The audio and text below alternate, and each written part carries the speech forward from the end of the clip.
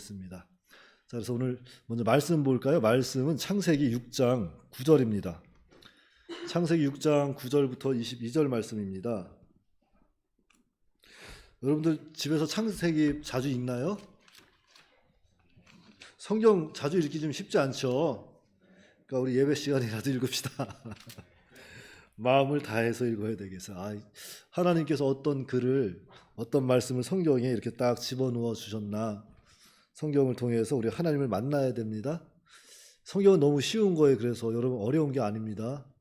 너무 쉬운 게 성경인데 자꾸 어렵게 이걸 막 해석하려고 하고 어디 산에 가서 뭐 돛 닦듯이 뭐 막 열심히 기도하다가 저기 도봉교회 목사님도 모르고 저기 어디 성천교회 목사님도 모르고 나만 아는 것을 하나님이 주셨다고 이런 사람들이 있는데 따라가면 돼, 안 돼요?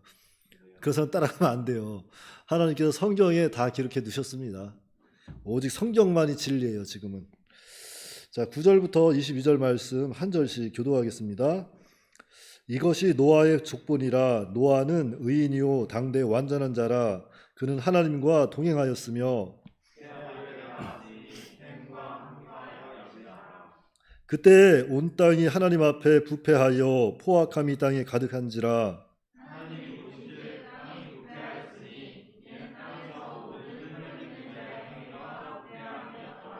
하나님이 노아에게 이르시되 모든 혈육 있는 자의 포악함이 땅에 가득함으로 그 끝날이 내 앞에 이르렀으니 내가 그들을 땅과 함께 멸하리라.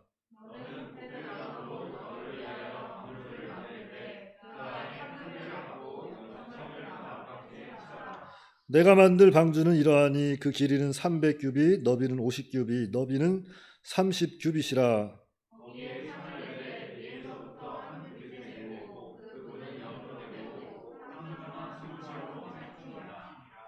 내가 홍수를 땅에 일으켜 무릇 생명의 기운이 있는 모든 육체를 천하에서 멸절하리니 땅에 있는 것들이 다 죽으리라.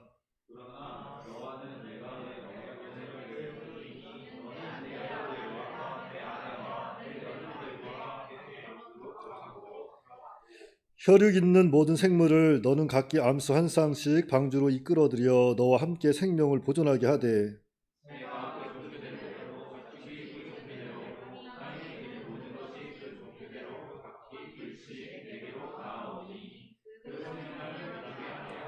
너는 먹을 모든 양식을 내게로 가져다가 저축하라. 이것이 너와 그들의 먹을 것이 되리라. 노아가 그와 같이 하여 하나님이 자기에게 명하신 대로 다 준행하였더라. 아멘. 이 시간 증거할 말씀의 제목은 노아에게 방주를 지으라고 하심. 하나님께서 노아에게 방주를 지으라고 하심입니다. 여러분, 성경은 너무나도 쉬운 거예요. 너무나도 쉬운 건데 우리가 지금 읽어봤지만 이해가 잘 안 될 겁니다. 이해가 잘 안 될 거예요. 그래서 성경은 자주 읽어야 되고 또 성경을 또 이렇게 먼저 배운 목사님이나 강도사님이나 전도사님을 통해서 또 잘 배우는 것도 중요해요. 여러분, 성경을 배울 때 성경을 어떤 식으로 이제 먼저 잘 봐야 되냐면은 처음에 스스로 읽을 때라도 먼저 성경은 그 문맥적으로 한번 살펴봐야 돼요.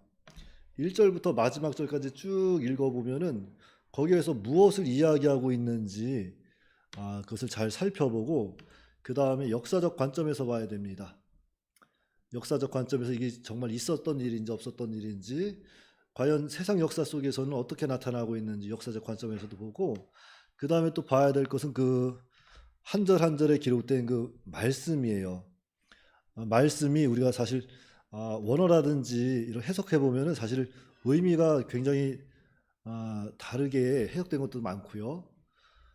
그런 것들 좀 잘 주의 깊게 살펴봐야 되고 그 다음에 또 살펴봐야 될 게 이제 성경적인 것인지 봐야 돼요. 이것이 성경적인 것인지 아니면 성경적인 것이 아닌지 잘 살펴봐야 되고 그 다음에 살펴봐야 될 게 영적인 면입니다. 이것이 신령한 면에서 신령한 관점에서도 영적인 면에서 하나님께 우리에게 어떤 교훈을 주시는지 그걸 잘 살펴봐야 되겠죠. 그래서 성경을 보는 그러한 성경을 성경대로 보는 그 관찰을 스스로 잘 배워서 스스로 읽을 때도 궁금하면 역사적 관점에서 좀 궁금하면 막 요즘에 인터넷 쳐보면 금방 나와요. 연두스 뭐 이런 거 치고 뭐 사건 치면 금방 나오고, 전 궁금하면 또 목사님이나 전도사님들한테 이렇게 전화해서 물어보면 아는 거는 아마 대답해 줄 거고, 모르면은 내가 잘 모르니까 다음에 좀 알아보고선 다시 내가 알려드리겠다고 아마 이런 식으로 말하겠죠. 아마 저는 모르는 거면은 모른다고 얘기할 거예요. 모르니까 다음에 얘기해 준다고. 그게 제일 지혜로운 것 같아요. 왜냐면 저도 성경을 다 알 수가 없거든요. 다 외우지도 못하지만. 자, 노아에게 방주를 지으라고 하신 그 첫 번째 대지는 먼저 부패한 땅에서의 노아. 9절 13절 말씀인데요. 부패한 땅에서 노아는 어떠한 생활을 했을까? 어떠한 은혜를 하나님께 입었을까? 하는 이야기입니다. 그래서 먼저 9절 13절 말씀의 첫째, 부패한 땅에서의 노아, 그 첫 번째는 노아는 하나님의 은혜를 입었다. 그 8절에 그 말씀을 하고 있어요. 노아는 하나님의 은혜를 입었다. 자, 여러분, 은혜가 이 은혜를 입었다 그랬는데 노아가 어떤 은혜를 입었을까? 어떤 은혜? 은혜. 자, 우리 보편적으로 우리가 그동안에 많은 성경을 배웠을 때 목사님들이 은혜라고 하면은 어떻게 알려주죠? 구원에 관한 그 모든 것을 거저받은 것이 은혜다 그러잖아요. 구원에 관한 그 모든 것을 거저받은 것이 은혜다. 값없이 받은 게 은혜인 거예요. 그래서 은혜예요. 우리가 어떤 행위를 통해서 어떤 무엇을 많이 봉사하면서 헌신을 통해서 연부를 통해서 구원받은 것이 아니라 하나님께서 각 사람에게 하나님의 뜻대로 택하시고 구원, 이 믿음을 선물로 줬기 때문에 우리가 다 하나님의 백성이 된 거죠. 구원받은 하나님의 자녀가 됐어요. 그래서 그 모든 것이 은혜라는 겁니다. 은혜. 우리가 성경적으로 다가가면은 택함 받은 것이 먼저 은혜죠. 먼저 하나님께 택하심 받은 것이 은혜요. 그 다음에 뭐가 은혜일까요? 하나님께 죄사함 받은 것이 은혜요. 그 다음에는 하나님의 자녀가 된 권세를 얻은 것이 은혜고, 그 다음에 하나님의 기업, 하늘나라의 기업을 은혜로 값없이 받은 것이 바로 은혜입니다. 이 노아는 하나님의 택하심을 받아서 값없이 하나님의 은혜를 입은 겁니다. 뿐만 아니라 하나님께서는 노아를 택하여 온 세상을 멸하겠다고 이렇게 또 하나님의 뜻을 알려주셨어요. 13절 말씀에 그랬잖아요. 13절 말씀 보니까 하나님이 노아에게 이르시되 모든 혈육 있는 자의 포악함이 땅에 가득함으로 그 끝날이 내 앞에 이르렀으니 내가 그들을 땅과 함께 멸하리라. 이렇게 하나님께서 미리 다 알려주신 거예요. 그래서 오늘날 예수 믿는 모든 성도들이 다 하나님의 은혜를 입은 자들입니다. 정말 여러분들이 내가 정말 예수님이 믿어지고 천지 만물이 하나님께서 창조한 것이 믿어지고 내가 죄인인 게 막 깨달아지고 이 죄를 내가 어떻게 할 수 없어서 이 죄를 해결할 수 있는 분, 그 예수님을 찾아서 예수님이 믿어지는 것이 그 바로 하나님의 사람들이에요. 그래서 이제는 내가 하나님의 사람으로 예수님을 닮아 나가야겠다. 나도 예수님처럼 하나님의 나라를 위해서, 그 영광을 위해서 살아가야 되겠다. 이런 마음에 늘 담겨지고 그러한 생각이 삶 속에서 계속 나타나게 되면 그 사람은 예수님 믿는 사람입니다. 예수님 믿는 사람이에요. 그런 사람들에게도 그런 사람들은 다 하나님께서 분명히 택함받은 사람들이에요. 택함받은 사람들이고 하나님의 은혜를 입은 자들이죠. 그리고 하나님께서 각 사람을 택하시고 이렇게 성경 말씀을 통해서 오늘날 우리에게 세상 끝날을 보여주셨어요. 여러분들 세상 마지막 때를 알고 계시죠? 마지막 때 잘 몰라요? 마지막 때 어떻게 될지? 마지막 때 가장 기본적인 거는 마지막 날, 마지막 때가 되면은 전쟁과 기근, 전염병이 막 처처에 막 일어난다고 했어요. 그런데 제일 중요한 건 뭐냐면은 정말 마지막 때 주님 재림하실 때 주님이 구름 타고 오신다는 거죠. 그 재림의 때가 있다는 거예요. 그게 성경에 기록이 되어 있습니다. 예수님께서 2000년 전에 감람산에서 구름 타고 하늘로 승천하셨지 않습니까? 그 예수님께서 다시 오신다는 거예요. 진짜 그게 성경에 다 기록이 되어 있잖아요. 그래서 예수님은 성경대로 오실 것을 우리에게 다 보여주셨어요. 다 보여주셨습니다. 우리는 그 예수님을 날마다 바라보고 그 하늘나라를 소망하고 이 땅에서 살아갈 수 있는 거죠. 예, 그러고 살아야 돼요. 그래서 이 부패한 땅에서 노아는 먼저 하나님의 은혜를 입은 거예요. 하나님께서 노아를 딱 택해 준 겁니다. 오늘날 여러분들도 하나님이 딱 택해 주신 거예요. 택해 주시고 하나님의 사람으로 이 땅에서 잘 살다가 주님 오시는 그날까지 믿음 잘 지키며 살아라. 하나님 나라 영광을 위해서 살아라. 그러는 거예요. 자, 부패한 땅에서 노아, 그 두 번째는 노아는 의인이요 당대 완전한 자였다. 9절에 그랬잖아요. 9절 말씀에 자, 이것이 노아의 족본이라. 노아는 의인이요 당대 완전한 자라 그랬습니다. 완전한 자. 자, 근데 세상에 완전한 자가 있을까요, 없을까요? 완전한 자 하나도 없죠. 로마서 3장 그 10절 말씀에 세상에 의인은 없나니 하나도 없다고 성경은 규정하고 있습니다. 명확하게 규정하고 있어요. 그래서 의인은 한 사람도 없어요. 왜 의인이 한 사람도 없을까요? 아담의 후손으로 태어났기 때문에 의인이 한 사람도 없는 겁니다. 그런데 이 노아는 오실 그리스도를 믿음으로 말미암아 의인이 된 겁니다. 의인이 됐어요. 죄인에서 의인이 된 겁니다. 여러분들이 예수님 믿으면 의인 된 거예요. 죄인이 아닙니다. 이제 의인이 된 거예요. 하지만 죄악된 세상에서 늘 죄를 짓고 살아가죠. 왜 죄를 짓고 살아갈까요? 우리 너무나도 연약한 인간이니까. 너무나도 연약한 인간. 죄를 질 수밖에 없어요. 자, 성경에 보면은 위대한 위인들이 많이 나오잖아요. 위인들 혹시 기억나는 사람 있어요? 위인들, 성경 위인. 성경의 위인. 딱히 생각나는 사람이 없어요? 네? 노아, 요셉, 아브라함, 다윗? 내가 다윗을 기다린 거예요. 다윗이 의인이잖아요. 아주 성군이죠. 성군. 그 사람은 성군인데 다윗이 무슨 죄 짓죠? 우리아의 아내 밧세바를 가늠하는 죄를 짓는 거예요. 왜 그런 것을 성경이 기록했을까? 의인은 하나도 없다. 다 죄인이다. 너 나을 것 없이 다 죄인이다. 노아, 아브라함, 요셉 다 죄인이다.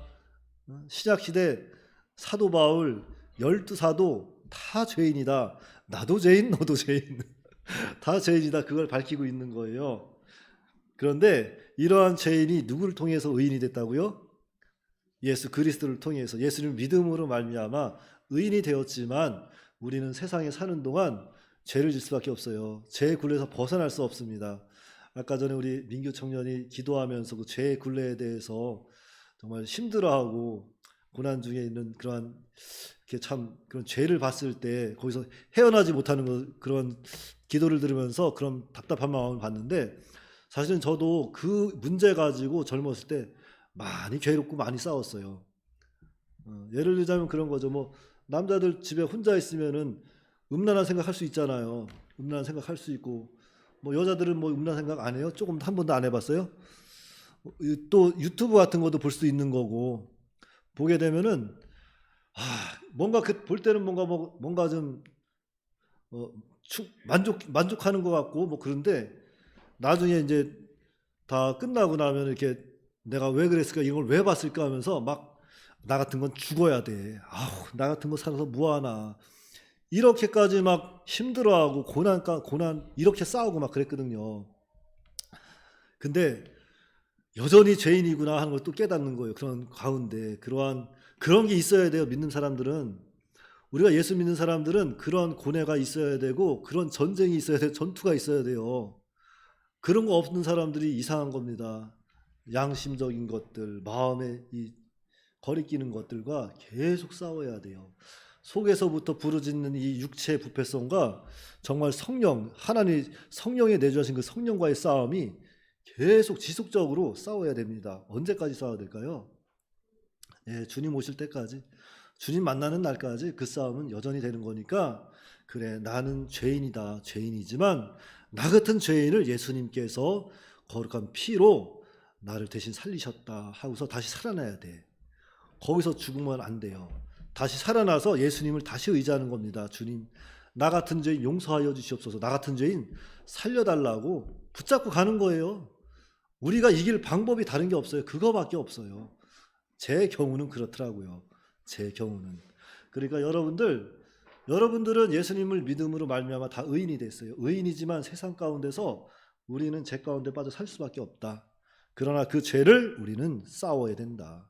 그 죄와 싸워서 이겨야 돼요. 그래서 특별히 우리는 이러한 말씀을 통해서 그 마지막 때 심판을 또 두려워할 줄 알고 그런 죄와 싸워야 돼요. 심판을 두려워해야죠. 주님 처음에 초림주 예수님은 구원해 주러 오셨잖아요. 은혜의 주님이시고 구원의 주님이신데 재림할 때 예수님은 심판주로 오십니다.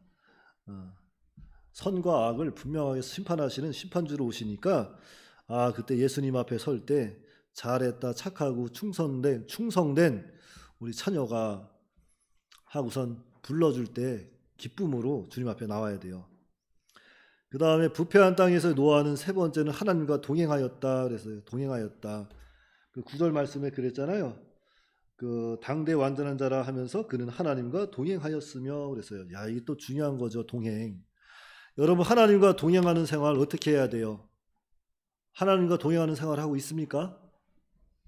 자, 하나님과 동행하는 생활 어떤 삶입니까? 자, 여기 보니까 하나님과 동행하는 생활은 언제나 하나님을 창조주로 먼저는 인식하는 거예요. 인식하고 우리가 예수님을 믿을 때 성령이 우리 안에 내주 계시잖아요. 그 성령의 인도와 주장을 온전히 받아 나가는 겁니다. 선한 양심을 따라서 나가는 거예요. 무엇보다도 하루하루 하나님이 주신 삶에 우리는 감사하는 생활을 해야 돼요.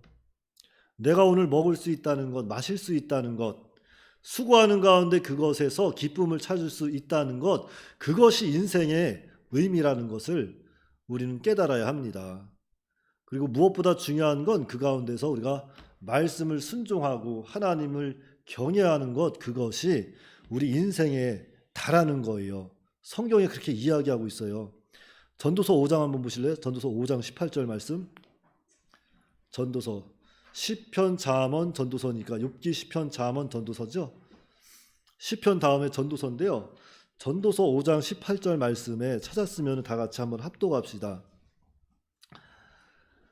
자, 전도서 5장 18절 다 같이요. 시작. 사람이 하나님께서 그에게 주신 바 그 일평생에 먹고 마시며 해 아래에서 하는 모든 수고 중에서 낙을 누리는 선하고 아름다움을 내가 보았나니 그것이 그의 몫이로다. 그러니까 하나님과 동행하는 거 어려운 거 아니에요. 그저 하루하루 하나님이 주시는 나에게 주시는 그 삶 가운데 하나님께 늘 감사하는 생활. 오늘 내가 정말로 먹을 수 있고 마실 수 있고 수고할 수 있는 것, 주님의 전에 나와서 예배할 수 있는 것, 누군가에게 하나님의 말씀을 전할 수 있다는 것, 그것이 하나님의 은혜고 나에게 주신 복이다. 그 인생의 다다.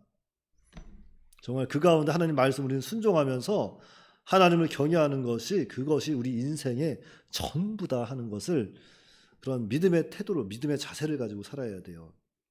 그런데 이 노아는 이렇게 세상이 정말 포악하고 부패한 때, 정말 세상이 부패한 그 죄악이 관영한 때, 그러한 때, 그렇게 세상에 가득하였을 때, 이러한 때 노아는 세상에 물들지 아니하고 하나님이 주신 그 삶에 감사하면서 하나님과 동행하는 생활을 했다는 거죠. 여러분도 그렇게 해야 돼요. 저도 그렇게 되지만 이 죄악된 세상, 얼마나 죄악이 관영한 세상입니까? 죄악된 세상이죠. 이건 좀 조심스러운 말이지만 이번에 그 이태원 사건 그 참 마음 안타까운 일이잖아요. 젊은 사람들이 거기서 많이 죽고 참 그랬는데 사실 그 할로윈이라는 게 어떤 취재로 시작된 건지 아세요? 혹시 그 문화가 할로윈 축제가 저기 스코틀랜드죠. 스코틀랜드에서 아마 시작했을 거예요. 그게 거기 가면은 귀신이 나오는 날이 있어요. 1년 중에 귀신이 나오는 날. 귀신이 막 나와서 귀신이 아닌 사람들을 막 해코지하고 하는 그런 날이 있습니다. 귀신의 날이 있어요.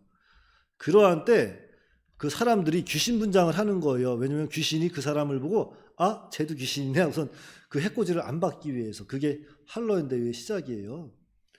그러니까 귀신 축제가 할로윈데이입니다.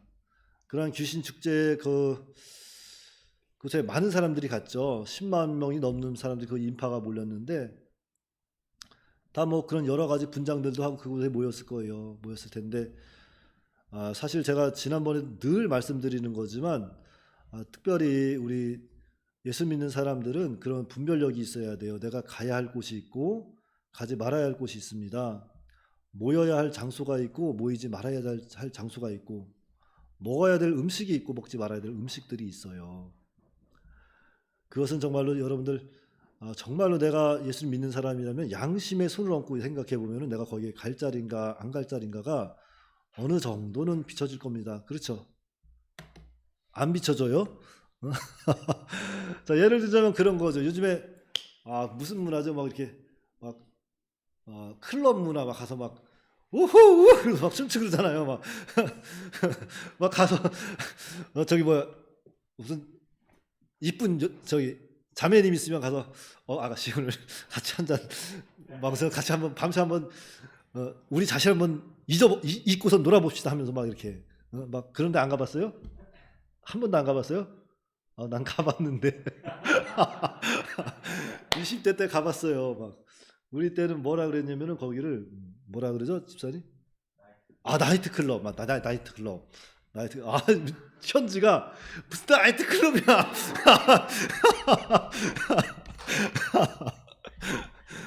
클럽 같은데 한 번도 안 가봤어요? 괜찮아.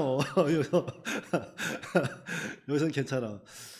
그런데 사실은 청년회 때 충분히 가볼 만해요. 다 혹하고 다 가자고 하면 다 대학생 때들 많이들 다녀보고 술도 그냥 어디 무슨 대학생 때도 많이 먹잖아요. 오리엔테이션 같은 데 간다든지 아니면 MT 같은 거 가면은 선배님들하고 같이 모여가지고 또 멋있는 오빠가 또 한 잔 주면 이거 안 먹을 수도 없고 교회 다닌다 그러면 또 뭔가 좀 외톨이 되는 것 같고 막 눈치 보이고 이러면서 또 한번 홀짝 먹어보니까 이거 봐라 맛이 오묘하네. 그래서 이거는 나를 위한 음식이야. 그때 막 깨져가지고 그냥 거기 술독에 빠져 살고 나 이제 하나님은 믿지만 이것도 조금만 한번 세상 좀 즐겨보겠습니다 하고 보통 고등학교 3학년 때까지 잘 나오다가 대학교 가면 막 안 나오기 시작해. MT부터 시작하는 거예요. 그러니까 그런 문화들을 여러분들 정말 이 문화에서 떠나서 속세 생활하는 건 아니에요. 다 그런 문화를 접할 수밖에 없는 세상이니까 우리는 세상이지만 그러한 것이 무엇이 하나님의 길이고 무엇이 세상의 길인지 정도는 분별하고 다녀야 한다는 거죠. 그래서 여러분들 할 수 있는 것은 젊었을 때 다 경험하는 거 좋아요. 좋지만 빠지지는 마세요. 빠지지는 말고 세상이 이렇다는 거 정도는 아셔야 돼요. 왜냐면 너무 우리 하나님의 사람들 젊은 청년들 자매님들이 세상을 너무 모르니까 어서 꼭 데리고 와도 세상에서 잘 노는 남자를 친구를 데리고 오더라고. 나중에 시집 갈 때 되면 또 우리 남자 형제들은 어디서 잘 놀 것 같은 또 자매님을 데리고 와요. 그래서 이상하다. 여기서 잘 배워서 잘 교육해서 왜 세상에다가 자신의 그 양식을 낭비하나. 세상에 투자하지 마시고 다 여기서 다 두루두루 찾아보세요. 이거 다 봐봐요. 다 좋잖아. 다 좋으니까 여기서 다 맺으시라고. 딴 데 가지 마시고. 여기서 마음에 안 들면은 목사님한테 얘기하면은 뭐 평강교회든 뭐 저기 광운교회든 어디든 얘기해가지고 이제 주선을 할게. 이런 목사님 많지 않습니다. 주선해주는 목사님 많지 않으니까 잘하라고. 내가 진짜로 주선해준다. 우리 저기 누구야? 저쪽에 뒤에 저기 계시는 분들도 제가 몇 번 얘기했어요. 얘기했는데 본인들이 나는 아직은 아니라고 때가 아니라고 하니까 내가 안 해주는 거지. 언제든지 원하면 말씀하세요. 예, 원하면 말씀하세요. 원하면. 그러면은 근데 확실히 조금 젊었을 때 하는 게 좋아요. 왜냐면은 30 넘어가니까 남자들이 없어요. 괜찮은 남자들이 다 빠져나갑니다. 하나씩. 그러니까 30 전에 목사님 나는 30 전에 결혼할 거예요 하는 사람들이 있으면 목사님한테 얘기하라고. 지금 있는 사람은 있는 사람하고 잘하고. 그러니까 우리가 가야 할 곳과 가지 말아야 할 곳을 잘 분별해서 다녀야 돼요. 그러니까 하나님과 동행하는 삶이 생명이고 영생입니다. 그러나 하나님과 동행하지 못하고 육체의 정욕을 따라 사는 생활이 다 실패의 생활이고 멸망의 생활이다. 자, 두 번째 대지는 노아가 방주 지으라는 명령을 받은 14절로 17절 말씀입니다. 자, 방주를 지은 목적이 있어요. 첫째, 방주를 지은 목적. 방주를 지은 목적이 뭘까요? 죄악된 세상에서 방주를 지어서 하나님께서 구원할 자는 구원하고 또한 심판할 자는 심판하시려고 방주를 지으라고 명령하신 거죠.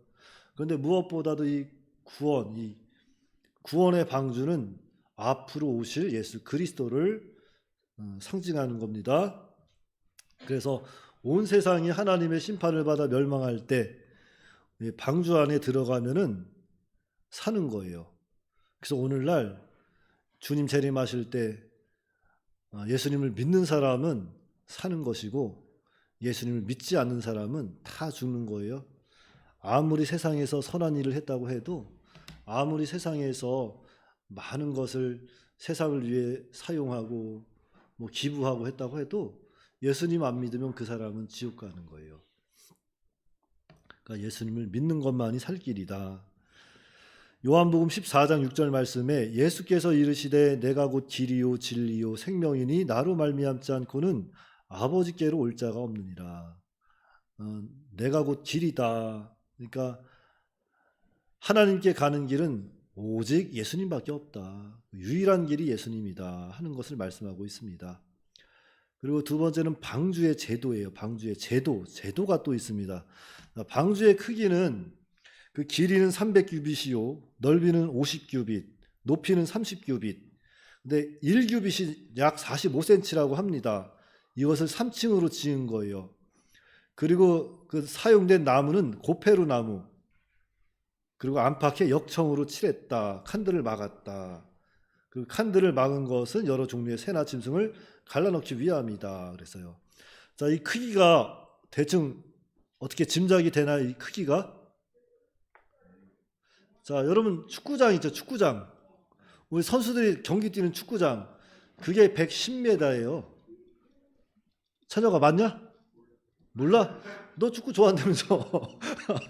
축구장이 골대에서 골대까지가 110m야. 110m. 110m고 이렇게 300규빗이라고 한 것은 135m 정도가 되는 거죠. 135m 정도 맞아요? 한 135m 정도 되나? 대충 그 정도 되는 거예요. 그리고 거기에 이제 3층이 되는 거예요. 3층. 그 정도 크기니까 뭐 대형 크루즈 생각하면 되겠네요. 130m짜리 크루즈 3층으로 된 거. 엄청 큰 거죠. 그때 당시 엄청 큰 걸 진 거예요. 그래서 여기서 우리가 살펴봐야 될 것은 이 역청을 칠했다 그랬잖아요. 이 역청은 여러분들 아스팔트 까만 거 있죠. 그런 거 같은 건데 이것을 방주에 칠한 것은 물이 들어오지 못하게 일단은 칠한 거잖아요. 물이 들어오지 못하게. 자, 그래서 이것은 뭐냐면은 세상 것들, 이런 무욕과 정욕과 사욕 이러한 것들이 우리 마음속에 더럽히지 않도록 들어오지 못하도록 그리스도의 피로 이렇게 늘 칠하라고 하는 것을 우리에게 교훈하는 말씀입니다. 그래서 우리는 늘 예수님의 피로 우리를 늘 예수님의 피가 우리 안에 늘 흘러야 돼요. 그러기 위해서 예수님의 피가 우리 안에서 흐르기 위해서는 어떻게 해야 돼요? 우리가 죽어야 됩니다. 죽어야 돼요. 갈라디아서 2장 20절 말씀에 내가 그리스도와 함께 십자가에 못 박혔나니 그랬죠. 내가 사도 바울이 그랬어요. 내가 그리스도와 함께 십자가 못 박혔다. 이것은 오늘날 예수 믿는 사람들이 나도 여러분들도 그리스도와 예수님을 믿을 때 십자가에 함께 못 박혀 죽었다는 거예요. 내가 죽은 거죠. 그런즉 이제는 내가 사는 것이 아니다. 내가 사는 것이 아니랍니다. 오직 내 안에서 그리스도께서 사시는 것이다. 그러니까 내가 십자가에 못 박혀 죽을 때 내 안에 그리스도가 사는 것이다. 이렇게 증거하고 있습니다. 그래서 이제 내가 육체 가운데 사는 것은 나를 사랑하사 나를 위하여 자기 자신을 버리신 하나님의 아들을 믿는 믿음 안에서 사는 것이다. 그래서 믿음 안에서 그것이 중요한 겁니다. 그래서 우리가 다른 거 없어요. 죄악된 세상에서 우리가 구별된 생활할 수 있는 것은 내 힘으로 할 수 없는 겁니다. 민규도 아까 기도했잖아요. 정말 너무 힘들다고. 자기 힘으로 할 수 없는 거 알잖아요. 저도 그렇고 우리 힘으로 할 수 없는 거예요. 그래서 우리가 죽으면 그때부터 예수님이 하신다. 예수님이 내 안에서 살아서 역사하신다 하는 것을 믿으시고 살려고 하지 말고 날마다 죽으세요. 날마다 죽으면 그리스도가 사시는 겁니다. 그런데 조금만 마음에 안 드는 것이 들려지고 조금만 나의 신경을 거슬리면 그때부터 자꾸 내가 살아나기 시작하잖아요. 내가 살아나고 시작해요. 그러니까 자기 십자가를 지고 우리는 이 험한 세상을 가야 돼요. 자기 십자가. 다 자기 십자가가 있습니다. 그런데 자꾸 그냥 내가 살아서 십자가를 잘 지고 가다가도 막 십자가를 막 지고 가요. 열심히. 그래 내가 그래도 오늘 또 목사님 설교도 듣고 그랬는데 이 죄악된 세상에서 다시 한번 다짐하고 살아가 봐야 되겠다 해서 막 십자가를 지고 가는데 옆 집에 갔더니만 엄마가 갑자기 막 싫은 소리 하는 거야. 그때는 딱 바로 그냥 십자가 내려놓고 엄마 지금 뭐라 했어? 막 싸우는 거야. 아빠 지금 나한테 그런 거야? 예수님 나 십자가 잠깐만 내려놓을게요. 내려놓고서 막 친구랑 치고받고 싸우고 그냥. 그쵸? 제가 많이 그랬어요. 제가 많이 그랬어요. 그랬는데 이런 정말 내가 죽는 것, 자신을 죽인다는 건 쉽지 않아요. 쉽지 않지만 성경 말씀은 내가 죽어야 그리스도가 산다고 하니까 저도 오늘부터 더 죽기로 한번 또 열심히 힘을 써볼 테니까 여러분들도 한번 죽어보세요. 예수님이 사나 안 사나 한번 보자고요. 자, 그리고 세 번째는 방주의 신령한 뜻입니다. 방주의 신령한 뜻이 있어요. 자, 방주를 짓는 것은 그리스도를 믿는 것과 성도들이 신앙 인격을 만들어 나가는 것을 말한다 그랬어요. 그러니까 방주를 짓는다는 것은 그리스도를 믿고 이제는 우리의 신앙 인격이 자라나야 한다는 것을 이야기하는 겁니다. 그러니까 우리 안에 방주를 날마다 져야 돼요. 우리 안에 방주를 지으려면 어떻게 지을 수 있을까요? 먼저는 하나님의 말씀을 알아야 짓죠. 하나님의 말씀을 알아야 우리가 그 말씀을 순종함으로 지어나갈 수 있을 거 아니에요. 그래서 제가 성경 그 모임 이름이 뭐예요? 노아의 방주. 성경 말씀을 알아야 방주를 질 거 아니에요. 근데 노아의 방주를 찾아오는 사람이 이때도 전 세계 인구 중에서 8명밖에 없었는데 오늘날에도 8명이 안 돼. 그러니까 세상은 정말로 이런 죄악된 세상이다. 그래서 내가 오늘 방주를 질 것인가, 노아의 방주에 내가 들어올 것인가 말 것인가는 여러분들에게 달렸어요. 내가 정말로 노아의 방주 안에 들어가서 정말 하나님께서 노아를 정말로 그 죄악된 세상에서 붙잡아 준 것처럼 내가 오늘 이 시간 하나님 말씀 붙잡고 살겠습니다. 이런 각오가 있으면 노아의 방주 들어오시라고. 방주는 언제나 열려 있거든요. 열려 있어요. 들어오는 사람 안 막습니다. 안 막으니까 와서 노아의 방주 패밀리가 되시기 바랍니다.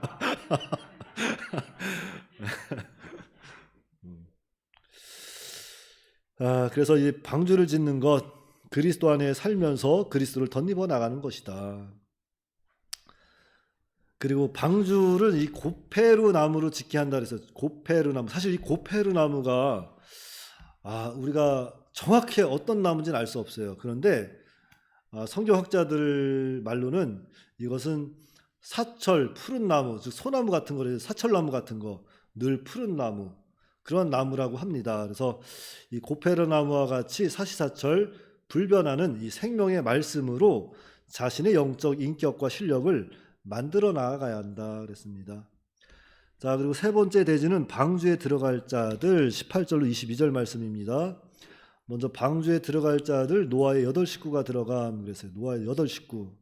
그러니까 하나님께서 하나님을 경외하는 노아에게 구원의 언약을 세우시고 노아를 포함해서 8식구가 들어가서 구원을 받으라고 하셨습니다. 그러니까 여기서 우리가 한 가지 기억해야 될 것은 하나님은 죄에 대해서 반드시 심판하신다. 그러나 성도에게는 언제나 구원의 길을 열어주시는 것이다. 우리 노아의 방주 모임도 그래요. 죄에 대해서 늘 경각심을 갖고자 모이는 것이고 그 안에 들어오시는 분들 안 막습니다. 아이고 뭐 자꾸 들어오라고 광고하는 것 같은데 아무튼 하나님 말씀이 정말로 궁금하신 분들은, 알고자 하시는 분들은 와서 배우세요. 배워서 나쁠 거 없어요. 나쁠 거 없고 너무나도 좋죠, 사실은. 그리고 사실 목사님께서 잘 배우면 여러분들이 이거 자랑으로 들으지 마시고, 목사님, 저는 제게는 스승님이 여러 스승님이 계신데 신학적인 스승님은 보편적으로 세 분이 계세요. 세 분. 한 분은 첫 번째 스승님은 신원삼 목사님이시라고, 이분은 벌써 한 10년 전에 소천하셨는데, 이 신원삼 목사님은 옥스퍼드 대학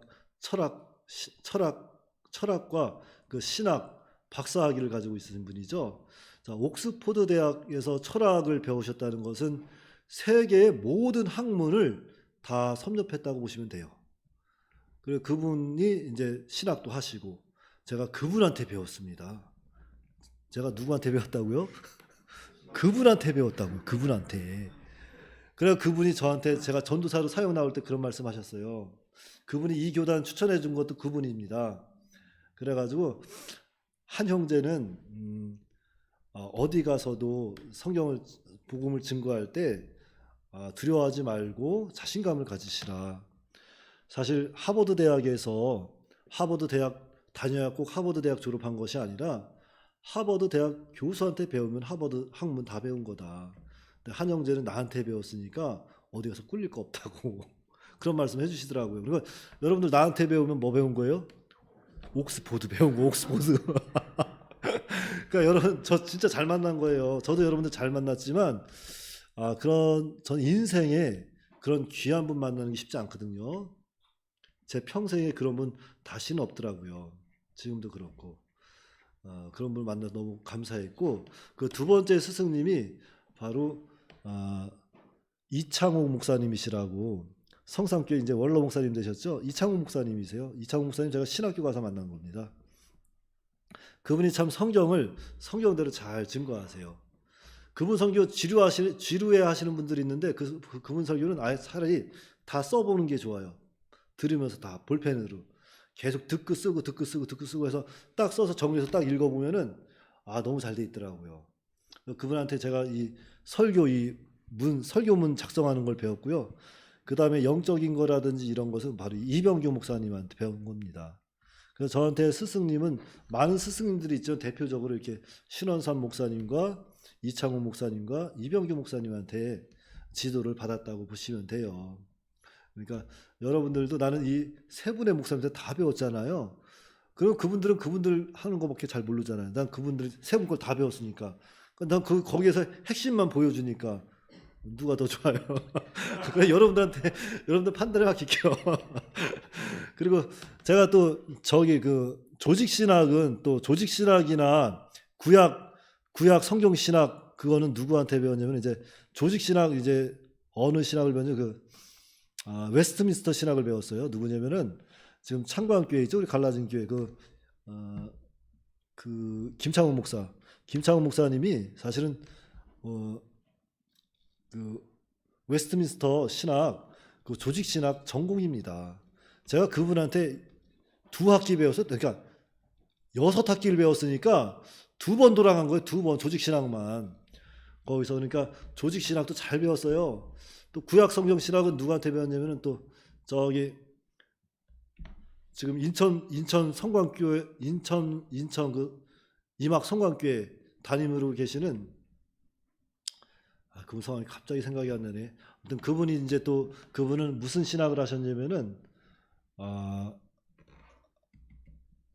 그 신학자가 또 갑자기 생각이 안 난다. 아무튼 밥 존스 신학을 했어요. 그 굉장히 보수적이고 유명하거든요.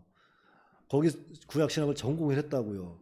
그러니까 그분들은 그 전공자들한테 전공자한테만 배웠잖아요. 저는 그 전공자들한테 다 배운 거예요. 그러니까 아주 좋은 것만 아주 잘 배워가지고 전해주는 겁니다. 제가 무슨 옥스퍼드 대학 곁에도 못 갔어요.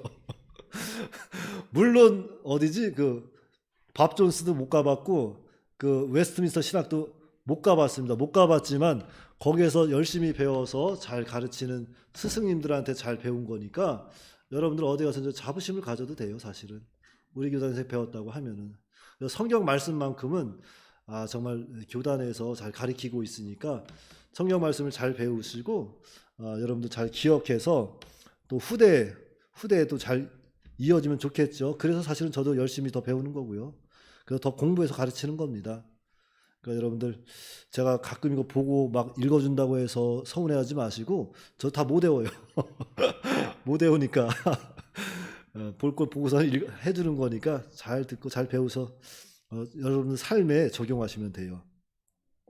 그래서 이 노아의 8식구가 들어갔다 중요한 거는 하나님은 죄에 대해서 반드시 심판하시고 성도는 언제나 구원의 길을 열어주신다. 그리고 모든 생물 암수 한 쌍씩 들어갔다 그랬는데 사실 정결한 생물은 7쌍씩 들어갔습니다. 자, 창세기 7장 2절 3절 말씀에 너는 모든 정결한 짐승은 암수 7씩 부정한 것은 암수 2씩을 내게로 데려오며 공중의 새도 암수 7씩을 데려와 그 씨를 온 지면에 유전하게 하라 그랬죠. 그러니까 이렇게 노아를 통해서 혈육 있는 모든 생물을 오늘 본문에서는 암수 한 쌍씩 방주로 들여보내라 그랬는데 사실은 더 명확하게 얘기하면은 정결한 생물은 7쌍씩, 부정한 생물은 2쌍씩 들어간 겁니다. 그럼 왜 성경 말씀이 틀려요? 이렇게 하면 안 되고 오늘 본문은 개괄적인 지시로서 이해하셔야 되고 그 7장은 세부적인 지시로 이해하시면 되는 거예요. 이게 보수 정통적인 해설입니다. 해석이고 그 다음에 세 번째는 먹을 모든 양식을 드렸다 그랬어요. 그러니까 모든 양식을 방주 안에 들여 놓았다는 거죠. 그러니까 사람과 방주 안에 모든 생물이 먹을 식물을 방주에 저장해서 홍수 기간 동안 먹고 살게 했다 그랬습니다. 그러니까 오늘 우리들도 이 하나님의 말씀을 잘 배워서 내 속에 자꾸 저장해야 돼요. 자꾸 저장하고 써먹어야 됩니다. 이거 저장하지 않으면 다 까먹어요. 여러분들 내가 왜 자꾸 똑같은 말 계속 하는지 아세요? 안 하면은 까먹으니까 까먹어서 그러는 거예요. 그래서 모든 좋은 말씀은 귀에 딱지가 않도록 해야 되는 겁니다. 그게 가장 좋은 훈련이고 방법인 것 같아요. 우리 여기 윤경 자매님도 요즘에 우리 아등 다음 주에 한번 기대해 보세요. 아등부 올라와서 뭘 하나 할 건데 어떠한 아이들에게 무엇인가 알려줄 때 우리가 어떻게 하고 있죠? 지금 귀에 딱지가 않도록 반복적으로 계속 하고 있어요.